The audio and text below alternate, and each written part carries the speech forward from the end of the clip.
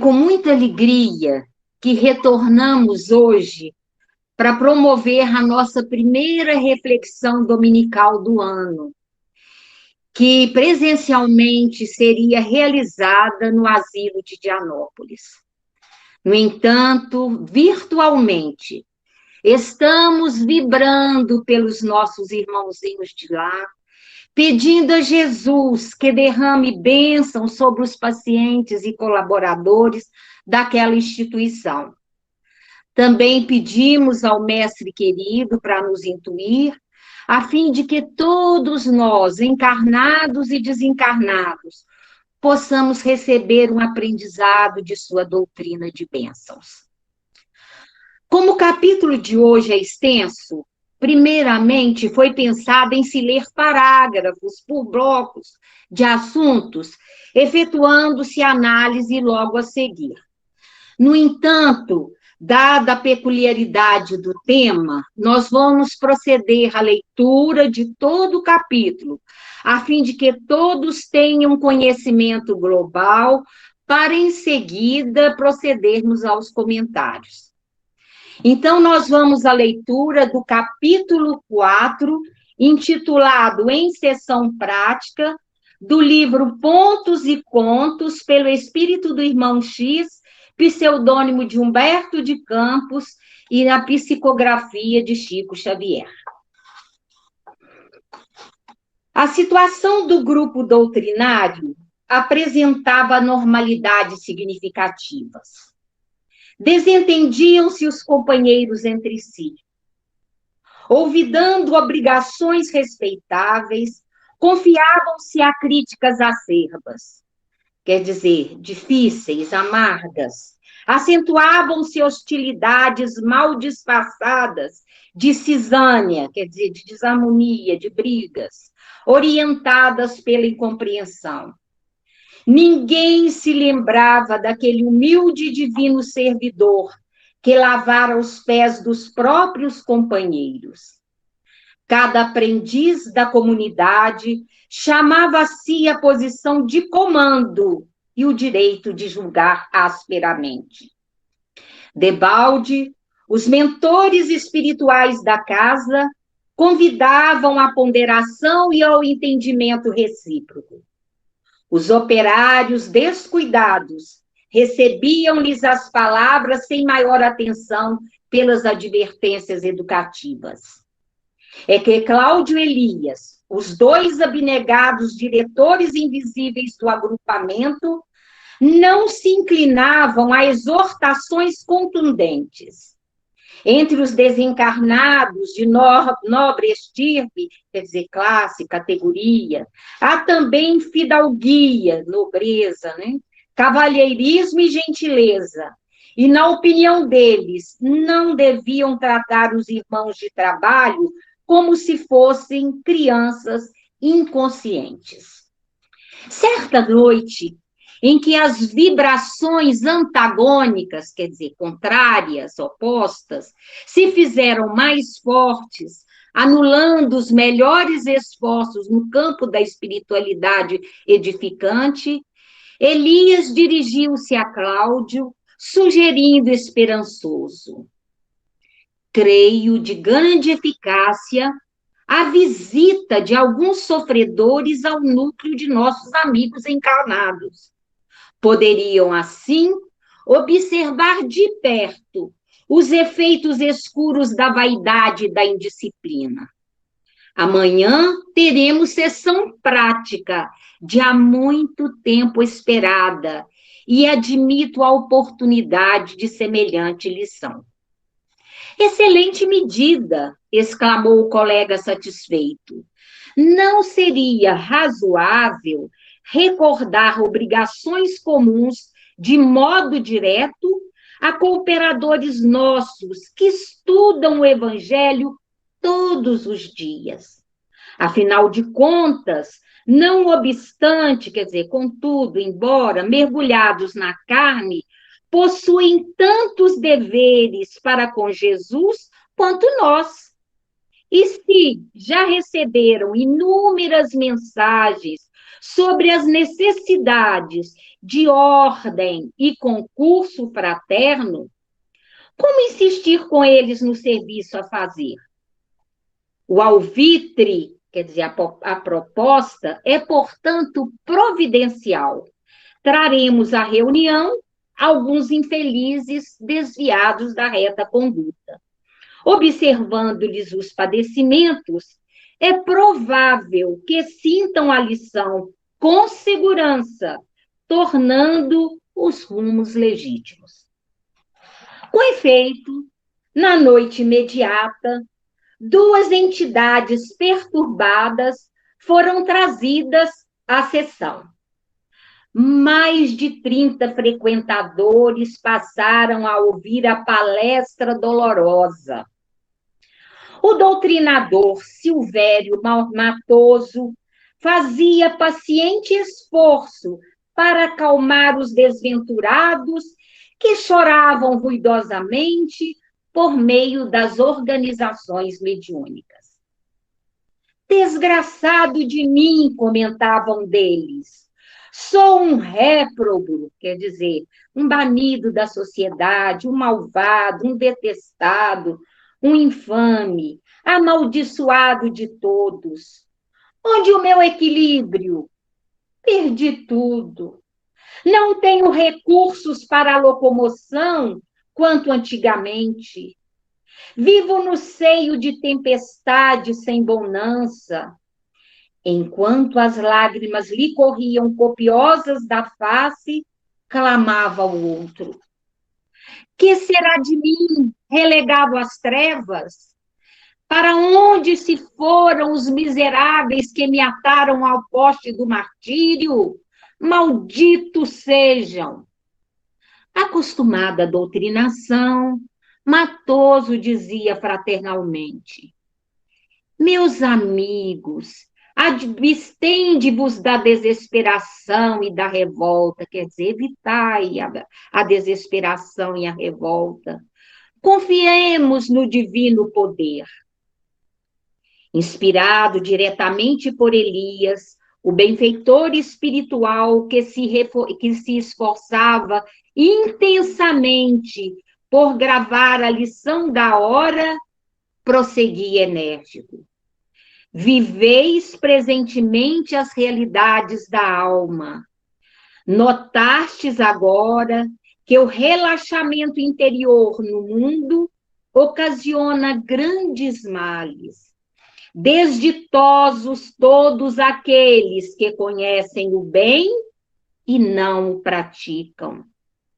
Desventurados os rebeldes, os hipócritas e os indiferentes, porque a morte do corpo revela a verdade pura e as almas transviadas não encontram senão abismos e trevas, lágrimas e tormentos.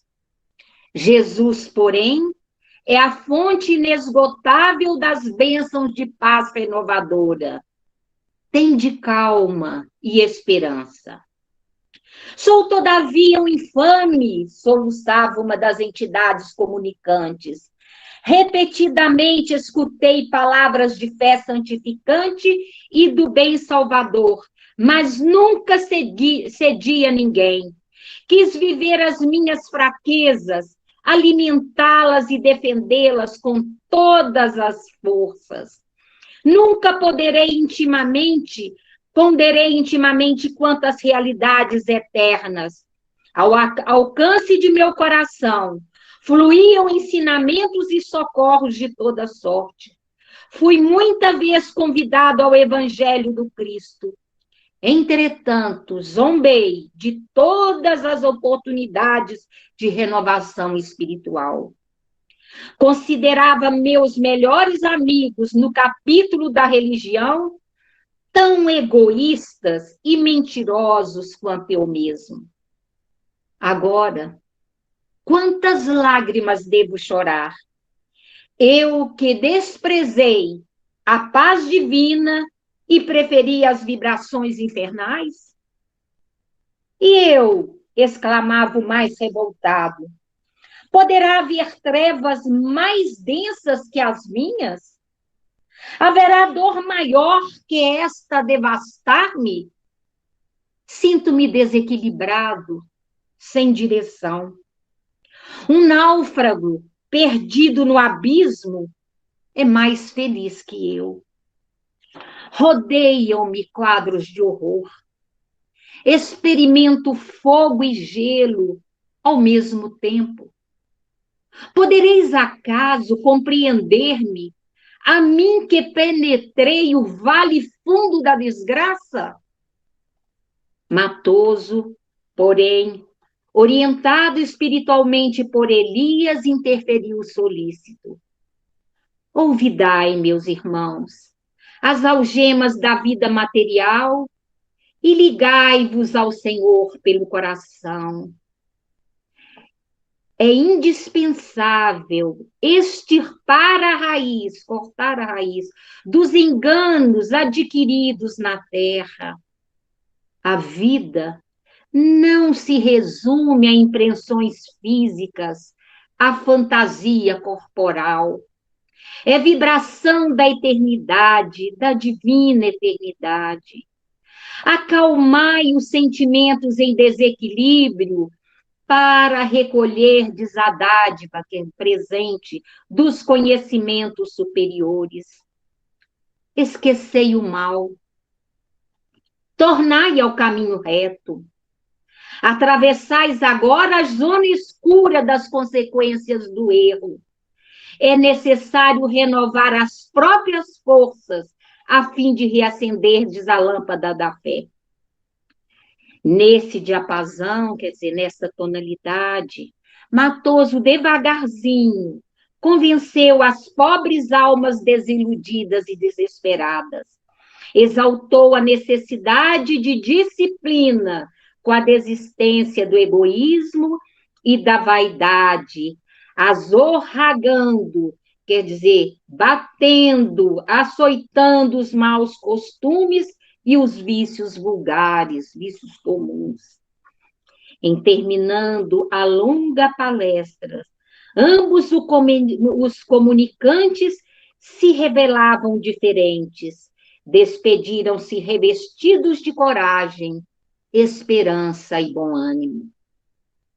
A assembleia de ouvintes encarnados mantinha-se sob forte impressão, e entre os invisíveis, Elias e Cláudio aguardavam ansiosos a colheita dos ensinamentos. Teriam os circunstantes, os presentes, compreendido que as lições se destinavam a eles mesmos? Que ainda se encontravam na carne, com sublimes oportunidades em mão? Guardariam as experiências ouvidas? Ponderariam sobre as lutas que aguardam os rixosos, quer dizer, os briguentos e imprevidentes além do túmulo? Modificariam as diretrizes? Ambos os orientadores, benevolentes e sábios, esperavam a manifestação dos amigos por identificarem o aproveitamento havido, quando a senhora Costa quebrou o silêncio murmurando: viram vocês quanta dureza e intransigência, quer dizer, intolerância? Comentou o velho Silva Torres.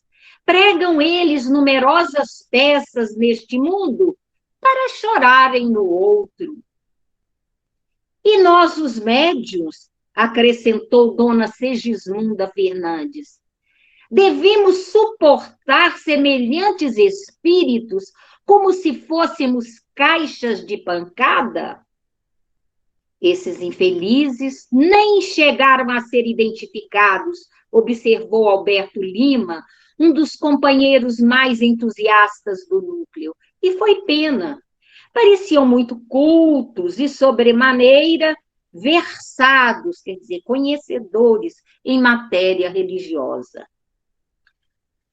Notei, porém, aduziu outro confrade, que se não for a palavra convincente, quer dizer, que convence de Matoso, teríamos sofrido um desastre. Tenho a ideia de que tratamos com entidades não somente super sofredoras, mas igualmente perversas. E o próprio doutrinador da casa, que recebera a inspiração brilhante de Elias, partilhando a conversação, afiançou, quer dizer, afirmou contente. Em suma, estou satisfeito. Guardo a convicção, quer dizer, a certeza, de que esses desventurados, esses infelizes, integram a falange perturbadora que me persegue o lar. Elias e Cláudio, invisíveis ao raio de observação comum, entreolhavam-se com indizível, quer dizer, intraduzível desapontamento. Os companheiros encarnados mantinham-se prontos para o comentário cintilante e vivo. Qualificavam os comunicantes, queixavam dos sacrifícios a que eram obrigados por semelhantes visitas, reclamavam-lhes a ficha individual, situavam-nos entre os verdugos, quer dizer, os carrascos da vida privada. Todavia, não houve um só que entendesse a lição legítima da noite, nela reconhecendo uma advertência do alto para reajustamento de roteiro, enquanto era tempo. Ninguém percebeu que, doutrinando os espíritos, o grupo estava sendo igualmente doutrinado. Bem, meus irmãos, depois de uma lição tão grande como essa, nós iremos fazer uma síntese dos pontos cruciais do texto lido para nortear a nossa reflexão e também para fixar as lições do dia. Como o nosso tempo é reduzido, nós não entraremos em detalhes sobre os mecanismos no processo mediúnico em pauta. Conforme nós observamos, o tema central deste capítulo versa sobre a situação atípica, fora do comum, de um grupo doutrinário mediúnico que apresentava anormalidades significativas de relacionamento entre os seus membros, através de discórdias, críticas ofensivas, incompreensão, indisciplina nos trabalhos e muito orgulho. Cada um naquele grupo se sentia na posição de liderança e com direito a tudo julgar asperamente. Esse grupo contava, além dos mentores da casa, com mais dois diretores, com mais dois dirigentes espirituais, chamados Cláudio e Elias, que eles sempre conclamavam os membros do grupo à ponderação, ao entendimento recíproco.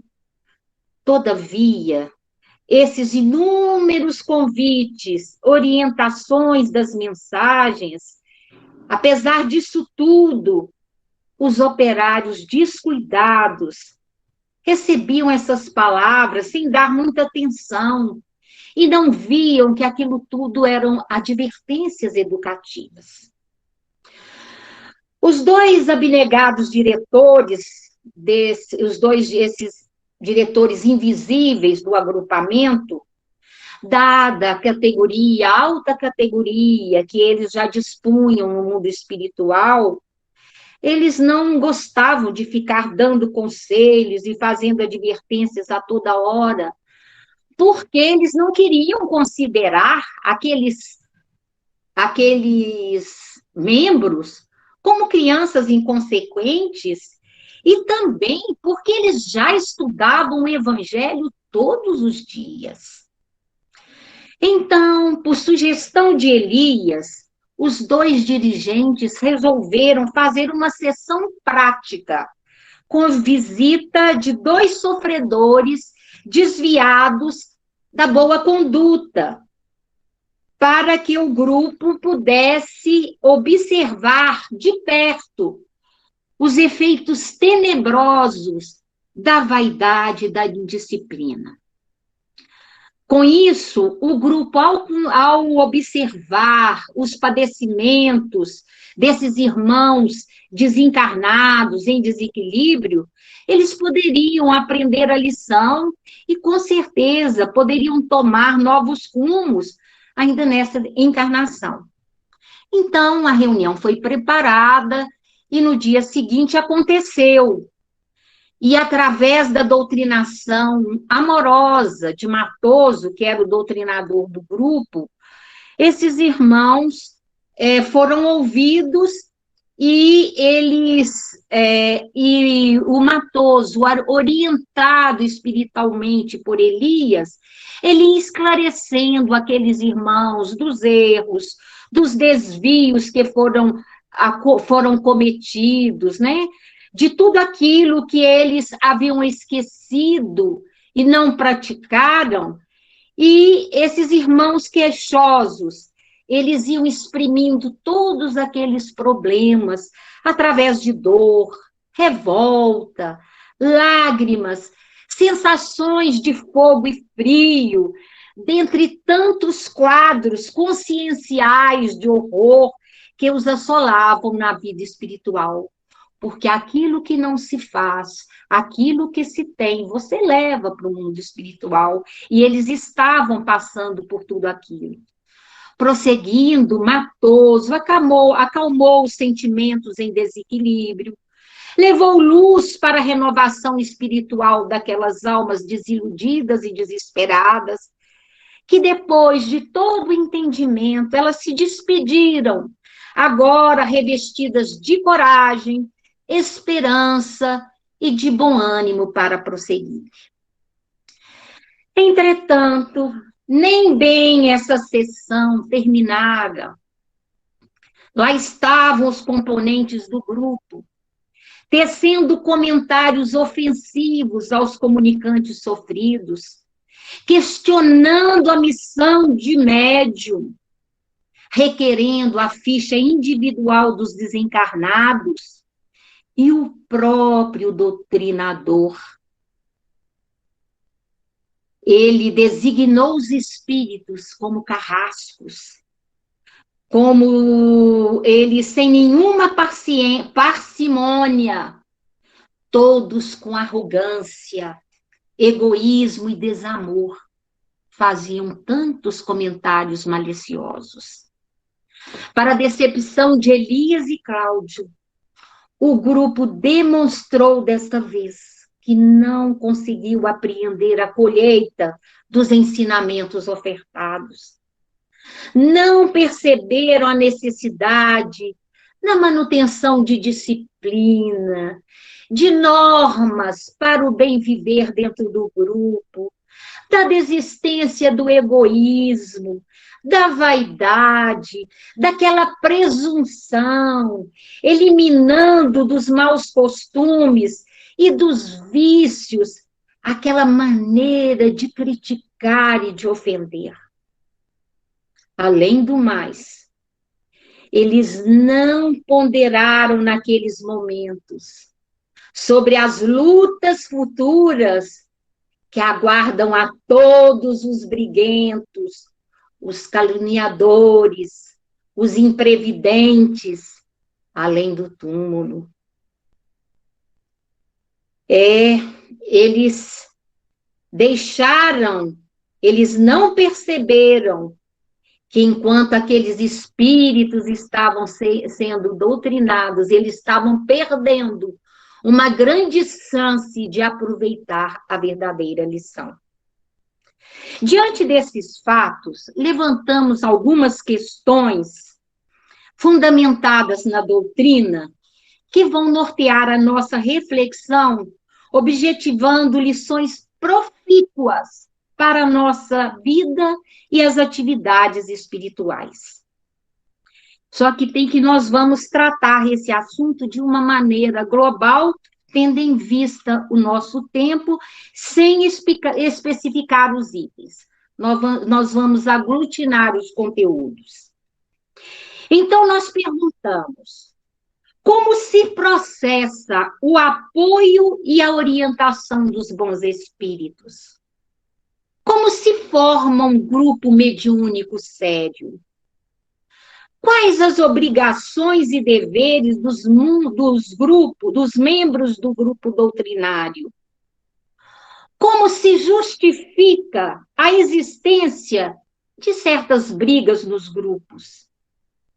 Onde o maior problema e a vitória do apostolado mediúnico? A partir das obras de André Luiz, pode-se analisar o trabalho de grupos doutrinários que se desdobram simultaneamente nos dois planos da vida, no intercâmbio tanto mais proveitoso quanto for melhor a afinização entre os diversos componentes encarnados e desencarnados. Os amigos espirituais que se incumbem de orientar um grupo, eles raramente revelam toda a extensão de suas responsabilidades e encargos. Somente a observação atenta, no decorrer de muito tempo de trabalho, permite-nos avaliar parcialmente a importância de suas presenças juntos de nós. Geralmente, essas entidades fazem parte de amplas organizações socorristas que incumbem de orientar e assistir a inúmeros grupos. Os trabalhos que nos trazem obedecem a um planejamento cuidadoso, cuja vastidão e seriedade nem podemos alcançar. Conforme destaca André Luiz no capítulo 5 do livro Libertação, os espíritos superiores, encarregados de estabelecer a espiritualidade superior na Terra, contam com grupos sérios, responsáveis, estudiosos e sintonizados com o desejo de auxiliar o próximo, pois a mediunidade, sob a orientação do Espiritismo, é campo de assistência espiritual a benefício comum. No Livro dos Espíritos, Kardec, na parte 2, no item 159, afirma que grupo sério é aquele que sistematicamente estuda, é perseverante, tem a experimentação mediúnica tão somente para a consolidação dos ensinos dos espíritos e valiosa oportunidade de exercício de caridade para os encarnados e desencarnados sofredores. Portanto, grupo sério é aquele que tem consciência do trabalho em equipe.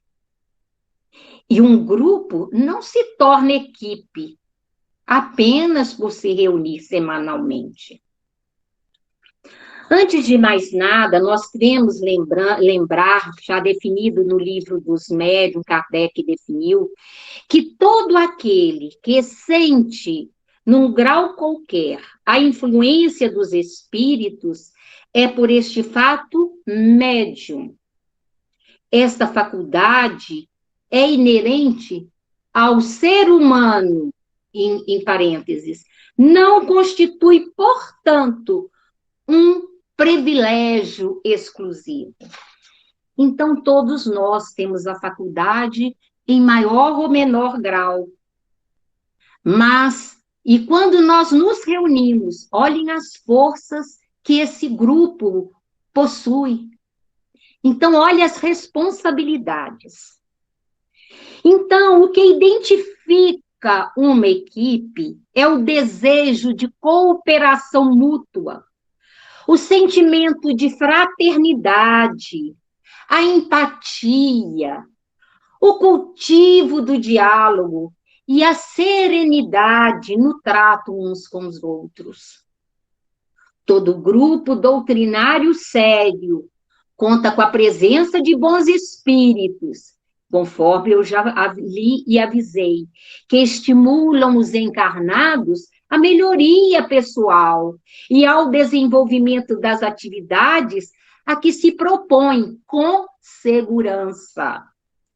No entanto, somente o tempo, a dedicação desinteressada e o esforço na vivência evangélica conferem credencial à equipe para a aproximação das almas superiores e, com elas, poderem atender aos complexos dramas humanos nos dois mundos. Para tanto, existem fases ou etapas que todo grupo mediúnico precisa atravessar. No livro Mediunidade e Sintonia, no capítulo 14, Emmanuel diz que a preparação do médium para atendimento aos dramas humanos demanda de 15 a 20 anos de preparação. O grupo mediúnico, atingindo o efetivo amadurecimento, caracteriza-se pela completa dedicação dos tarefeiros à mediunidade em nome do Cristo. As preocupações do mundo já não atrapalham o empenho em manter a mente serena, o suficiente para captar as elevadas intuições do alto. A harmonia com os desencarnados elevados é o resultado da confraternização entre os encarnados. Portanto, para se evitar a crítica constante que distancia os corações, deve-se observar alguns procedimentos básicos. Dentre eles, por exemplo, não permitir comentários depreciativos na ausência do companheiro. Evitar que conflitos se demorem, prenunciando o rompimento. Surgiu um problema, vamos avaliar, vamos analisar com calma, vamos encontrar meios para evitar que haja um rompimento, que percamos membros, que não sejamos fraternos, não apontar erros dos outros em julgamentos apressados, pois todos nós somos aprendizes. Cultivar a paciência uns com os outros, permitindo que todas as opiniões sejam externadas. Caso a sua sugestão não seja acolhida, evitar se melindrar, porque o melindre, ele denota excessiva valorização pessoal em demonstração de orgulho. Deve-se observar que se um membro do grupo apresentar comportamento inadequado, é momento de aproximação, de oração, de esclarecimento solidário, uma vez que o desajuste de um afeta toda a equipe, o que eu já falei, para evitar futuros rompimentos desnecessários, sem uma boa comunicação, sem um bom entendimento.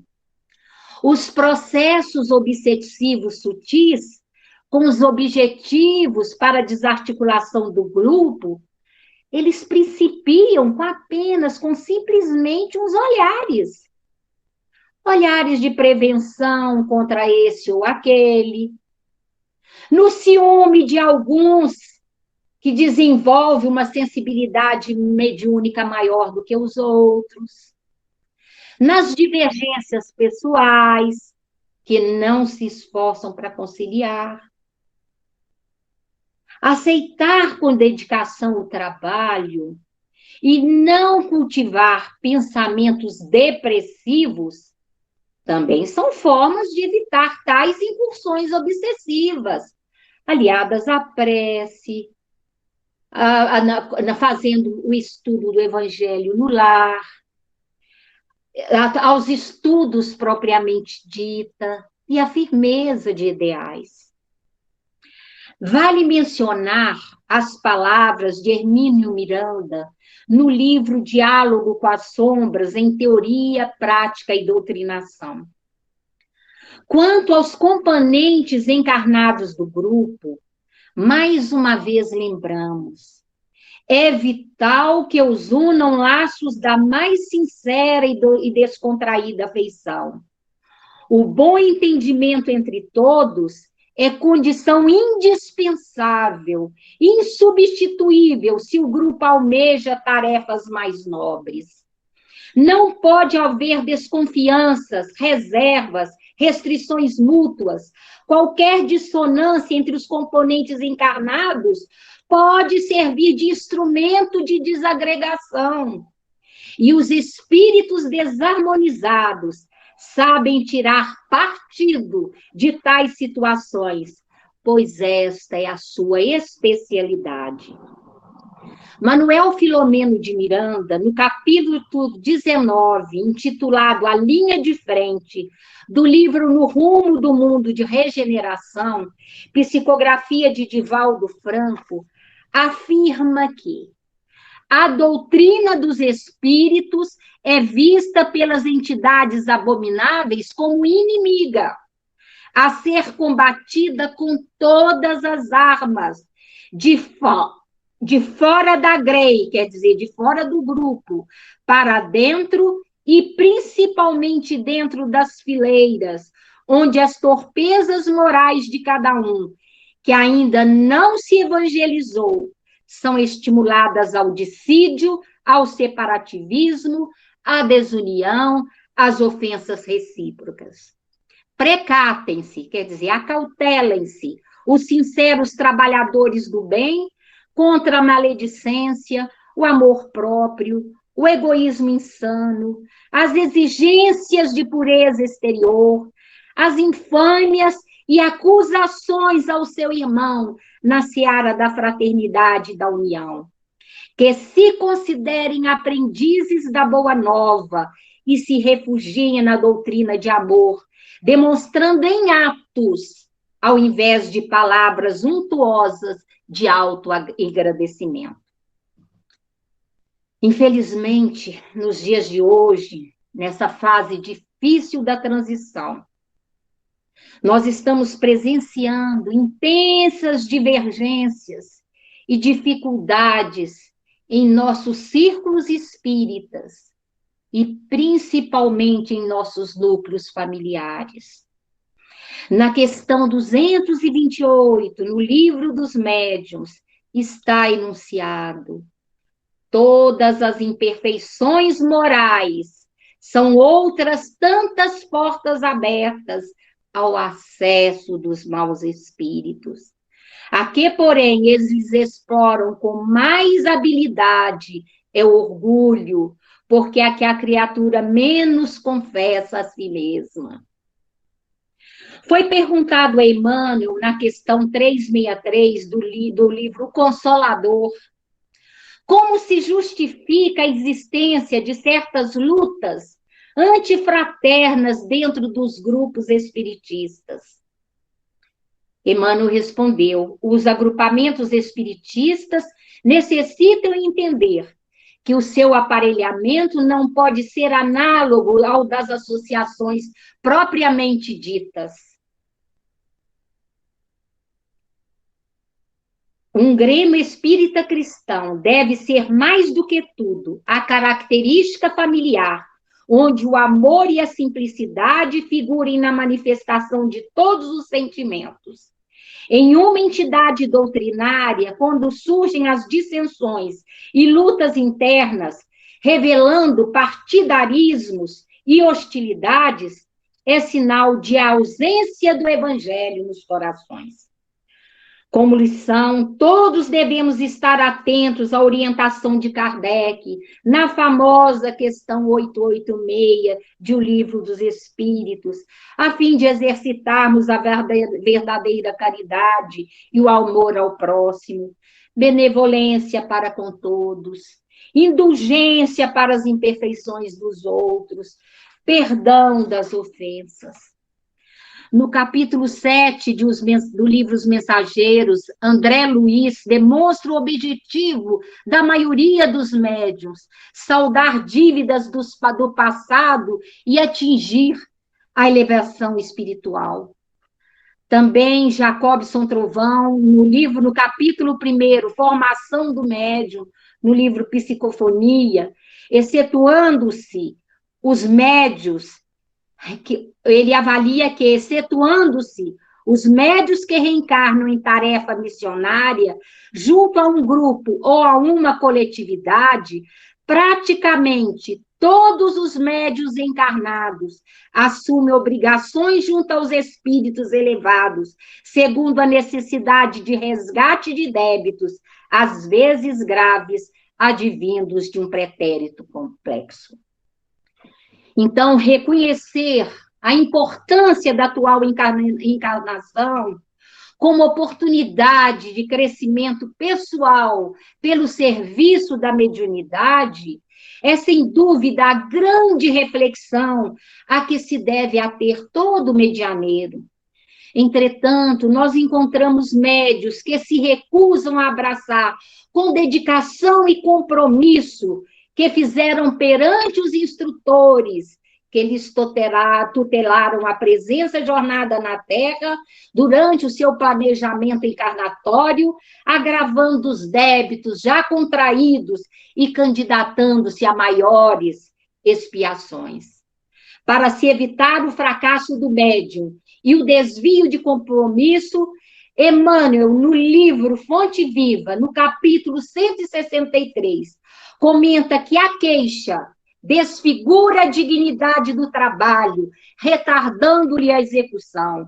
Indispensável cultivar a renúncia aos pequenos desejos que nos são peculiares, a fim de conquistarmos a capacidade de sacrifício que nos estruturará a sublimação em mais altos níveis. É uma festinha de aniversário, é uma viagem, é um encontro, tudo tem que ser muito pensado durante o trabalho do grupo mediúnico.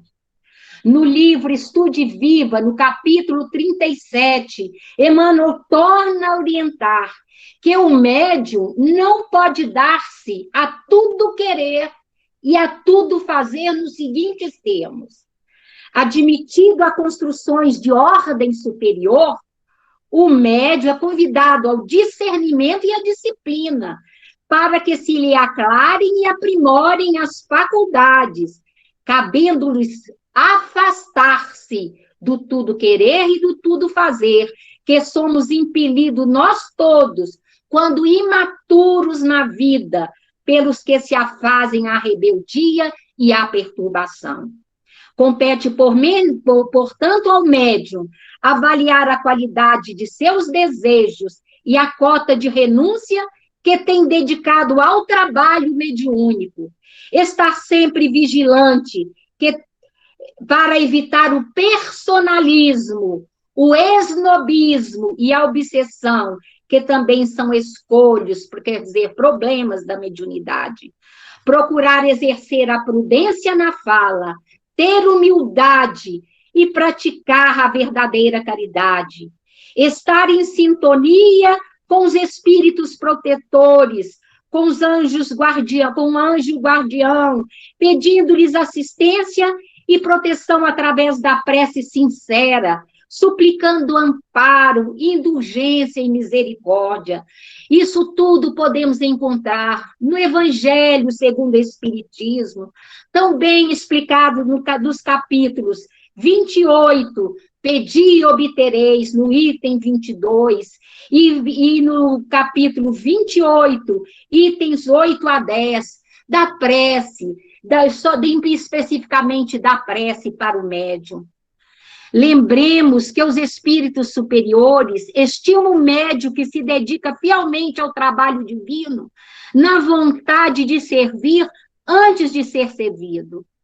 André Luiz, em Conduta Espírita, no capítulo 4 do Médium, psicografia de Valdo Vieira, destaca que o ceareiro do Cristo é sempre servo, e servo do amor. Diante destas breves anotações sobre o caso em pauta, destacamos que o aprimoramento da faculdade mediúnica deve merecer atenção especial dos dirigentes da casa espírita. Então, o primeiro passo é oferecer condições para a formação doutrinária básica do trabalhador espírita, jovem e adulto, isto é, proporcionar conhecimento espírita em geral e da mediunidade em particular, através de estudos regulares e sistematizados das obras da codificação e participação em trabalhos da casa, voltados para a prática da caridade. O médium precisa estudar, e estudar muito, ler, raciocinar, fazer perguntas, discutir os diferentes aspectos da mediunidade com quem demonstre ter experiência e, principalmente, ler, sentir e praticar o Evangelho de Jesus, a fim de efetuar a sua melhoria moral. O livro dos médiuns e o livro dos espíritos devem ser leitura e releitura constantes, porque além de conter todas essas definições que eu falei e outras orientações, aspectos e informações que deixamos escapar. Então, também participarem do programa Mediunidade e Estudo e Prática, o MEP 1 e 2 da FEB, e nos livros Orientação do Centro Espírito e Orientação para a Prática Mediúnica Segura no Centro Espírito, ambos publicações da FEB e do CFN, estão descritas todas as práticas mediúnicas seguras, além dos comportamentos benéficos que podem advir dessas ações. Vale lembrar que, em decorrência do tema, como nós não tivemos tempo, até excedemos, que as sessões doutrinárias, elas devem ser fechadas. Elas são vedadas ao público, não foi igual aconteceu no texto. E que as sessões instrutivas são para esclarecimentos e assistidas por espíritos de ordem elevada. Essas questões podem ser vistas no Livro dos Médiuns, as questões ou itens 335 e 327, respectivamente. Ao final desta reflexão, nós publicaremos no grupo do SEBEM uma mensagem de Manuel Filomeno de Miranda, intitulada Responsabilidade Mediúnica, psicografia de Divaldo Pereira Franco, com a finalidade de suplementar o estudo de hoje. Que a luz do Cristo ilumine os nossos corações. Gratidão a todos e que Jesus nos abençoe.